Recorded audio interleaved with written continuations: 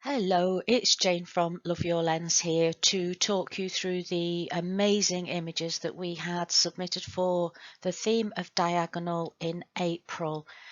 Now, I know I say quite often that the images submitted are fantastic. I genuinely believe that these images are really, really beautiful. Some of the best we've ever had within the group, and I think you've all really excelled yourselves. So for those of you that have been featured in this slideshow, well done.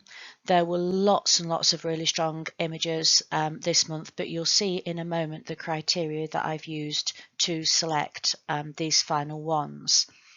I have to say, for the first time ever, I will not be suggesting any edits or improvements at all to these images because basically I couldn't improve on them. So you can imagine how hard it was for me to pick a favourite. I've changed my mind several times. So in a way, I think what I've picked is my personal opinion. You may have a personal favourite of yours, and any of these images are a worthy favourite or winner, if you like. Let's start by refreshing our memories on why diagonal lines can be used in photography and how they can make the image feel. So a good strong diagonal line or several of them will help your eye to move through the image. It controls very strongly where your eye goes to in this image. It's a really good way to suggest depth and stop images feeling flat because you get a real sense of traveling through the image, traveling further into the image. So you get this sense of near and far, which is really powerful because many images can feel too flat if you don't have some dynamic that helps to suggest depth. And diagonal lines can feel very dynamic and very powerful and imply action or movement or a sense of drama within the photograph as well. So when you're looking at taking a particular photograph and that's how you want it to feel, then consider if there are any strong diagonal lines that would help to do that. Diagonal lines can also form triangles by their very nature, and we've looked at triangles before and talked about how they are very strong, balanced shapes that are easily recognizable to our brains. Our brains like them. If the triangle is the right way up, i.e. with the flat edge horizontal at the bottom, it can feel very balanced, and it can create a sense of harmony as well, where it's linking elements in the image. Whereas if the triangle is upside down, so it's balancing on its apex, that can feel really unsettling and unharmonious. So these images inevitably contain quite a few triangles, so watch out for those as we go through. And here's the judging criteria that I've used in order to select these final 24 or so images. The diagonal lines had to be absolutely key to why the image worked, how the image felt. They couldn't just be accidental diagonals that didn't really play a role in the image. And the overall composition had to be very strong with a clear focal point and a good kind of strong feeling or mood that really connects with the viewer, made you stop and think and look. The image had to be technically good, so it had to be in focus if it was meant to be and where it was meant to be. It had to be exposed in keeping with the mood and feeling of the image. It had to be correct colours, etc. So technically well achieved. I didn't put that at the top of the list because sometimes you can get a really strong image that still works even though it may be slightly soft focus, etc. And then finally that it was edited in keeping in sympathy with the mood of the image as well. So we start off here with a couple of images by Alan Hewitt, very easily recognisable as Alan's. He has a really clear style, and what I like about this image is you have got these very clear diagonal lines going. Let me see if I can draw on here. Obviously, you know, you've got your diagonals going along here, and then this diagonal continues into the sea as well. So what I also like is the texture of this. They're called groins or something, aren't they? It just makes me laugh. The textures and colours within this add a lot of interest, and the overall colour palette is very pleasing with this warm, textured area, and then the much cooler area of the pebbles and the sea and the sky. So nice image there, Alan. Thank you. And actually, my favourite of the two that Alan submitted is this one. Again, we've got some strong diagonals all through this image. So this one kind of takes your eye to here, and then this one takes your eye across there. Which I like because, again, you're being led through the image. And the other thing I really liked is the contrast of man-made, strong, concrete structure versus the soft countryside, the rolling hills, the rolling fields, lovely, soft, beautiful sky. Sense of scale here with the vehicles over here. I think diagonal lines often do give a sense of man-made structures, because very hard diagonal straight lines probably don't occur that often in nature. So that reinforces that sense of this being something very strong. So good contrast there, Alan, which I think is what makes this image work. And then a totally different kind of shot where it's not man-made, but this still feels quite powerful and dynamic. The way these daffodils look like they're reaching for the sky, arching towards the sun. So again, the simplicity of the image, the colours, we're just looking at yellows, greens, blues. It's all very natural. The light is lovely, and we've got the strong diagonal. Well, we've got the strong diagonals of the flowers, but we also have an additional soft diagonal here, splitting the picture across here. So I think that works really, really nicely. So we kind of have two triangles of the dark and the light, and then we have the flowers reaching for the sky. So really nice, Amanda. This image by Anne feels really timeless, doesn't it? It could have been shot in almost any kind of era. I suppose the giveaway perhaps is the plastic elements in it. So the plastic cat flap here. But otherwise, I mean, I'm not saying that spoils it by any means, and I think it's an absolutely fantastic image. I really like it. Very interesting take on diagonal, and it really works. It's not a strong diagonal as in hard lines, but it definitely fits the brief. And then you've also got another diagonal going on here, and you know, quite a few really when you look at the image. And it's just the way that you've captured this mood, you've edited it sympathetically, and a very simple scene becomes something quite sort of timeless and classic. So well done, Anne. Then we have three very strong images, very powerful images from Chris Key, who again has quite a definite style, linking all three of these images with the power of the sun, the impact of it, and very hard diagonal lines, man-made structures as well. So the light and the very dynamic feel of these images, I feel, is what links them. And we have got a soft diagonal going on with the flare of the sun, which is quite a nice, probably accidental little touch there. And this image out of the three has got less man-made element in it. I really like the light on the pebbles on the shoreline there, but then we have got these strong man-made structures in there as well.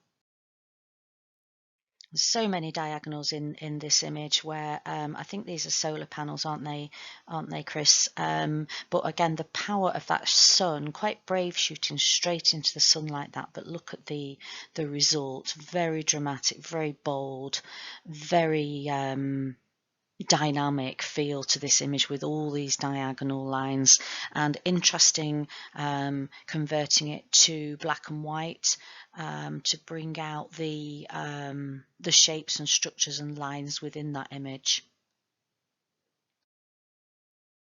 And then a different take on a similar subject.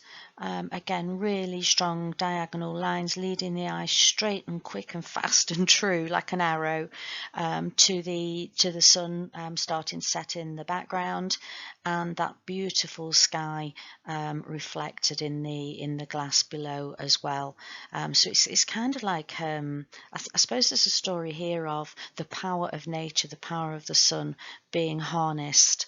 And the juxtaposition of the hard man-made structures and the beauty of nature. A couple of shots by Darren Lloyd now.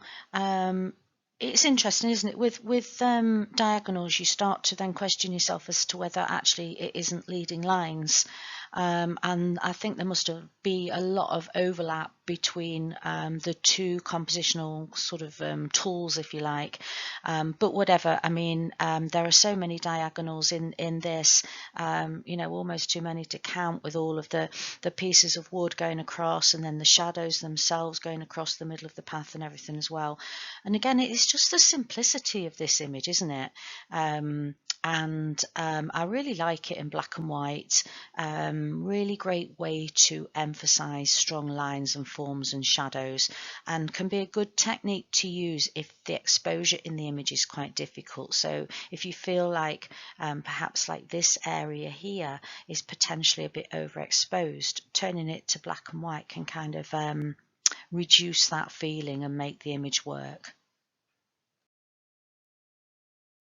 And this is a favourite, really nice image. I love the square format of it, and interestingly, that was something I was suggesting in last week's Zoom session in Love Your Lens, where we were talking about getting rid of lockdown, boredom or lack of mojo, etc. And one of the projects I suggested was shooting square, because it makes your eye move around the image in a very different way. It can't wander off left to right, and it can have quite an immediate feel, and symmetry is a really good way to use that square format. And I mean, this isn't strictly symmetrical, but it's got a real sort of pattern and format to it. It's almost like a bit of a twist on symmetry. So, and the colours and textures in it are just make it really pleasing to look at. These clever images like this really make me smile, and I love it when people have ideas like this. So David, great, really well executed, kind of quirky, amusing, and actually technically very well done as well. The colours in it, the angle, the very shallow depth of field, so brilliant. Then we have this pylon by Dusty. Can't remember Dusty's real name, but this is how he appears on Facebook anyway. I love the angle of this, and again, a square format. So have a think about that. It's quite an interesting project to do. So yeah, very simple, very effective, minimal of stuff going on in the image, and those strong diagonal lines make it feel quite dynamic, and yeah, great angle on that, Dusty. A lot of the images we've looked at have been man-made structures, haven't they? Apart from the daffodils, really. And here we are with, another of nature's beauty, and a perfect composition to have of this dandelion seed head. Beautifully shot, really lovely colours, soft, kind of quite warm, light. And just kind of reveling in all of nature's glory. Beautiful image, Emma. Grahame, I really liked this image, the simplicity of it again, and the use of all that negative space. It feels quite sort of clever, and very considered. I don't really know what else to say about it. The way that the sun is trapped between those two diagonal lines, those triangles within it, and then the soft focus branches, just take those away and it wouldn't have felt the same at all. So there's just a lovely feeling to this, and I really like the kind of narrower crop that you've done, which is probably something more like a 16:9 crop rather than the sort of traditional 4:3 that we often tend to default to. So yeah, it works really well in that soft kind of warm black and white as well. This image by Jane Eaton, to me, has a quite strong, harsh, stark, kind of bold feeling to it. And if you start to break that down, and obviously the colour plays a role, the textures, the materials in the picture are all man-made. It's unforgiving. There's almost no sense of nature at all in it. But then I suppose there's kind of light at the end of the tunnel, if you like. I mean, the triangles in this are very strong, and you've got here, pen doesn't always draw, all these triangles in this image. There's an implied triangle in this blacker area at the top. There's a strong triangle in the bottom here. This big element here is a kind of implied triangle, all leading to this kind of area of light here. So simple, but more to it than meets the eye when you really think about it. This is an image of our times, isn't it? With the kind of lockdown and all the play equipment and everything all taped off and not able to be used. And so many diagonal lines in this. I think I liked the kind of, again, slightly timeless. I mean, obviously not too timeless because of the materials used and everything, but, just kind of black and white really strips things down to its bare essentials, and it just tells a good story for me, this one, Janet. I like the way you've chosen black and white for all three of your images this time, Janet. Really, again, I've talked about black and white, and maybe it just works so well with diagonals because it really emphasizes the lines within the image. Now, I think this one's snuck in a little bit from archive, hasn't it? And somehow I forgot. But anyway, I've included it. Again, it's this whole sort of the strength of the man-made materials, and a great angle there, Janet. You must have been just about lying on the floor to get that. These tall, imposing buildings reaching to that amazing, very bright sky. We've said how very strong, true diagonal lines don't occur in nature. It's all going to be kind of more man-made. Well, look at this, these ploughed fields. I mean, these lines are amazing, Janet, and again, works so well in black and white. And the sense of space in this, and hugeness and emptiness, I think, is what attracted me to that. And that was also, I think, why it works in black and white so well. There's no distraction, no kind of gentle kindness of nature's colours. It's all very stark and empty and dynamic with all these repeating, strong, relentless lines.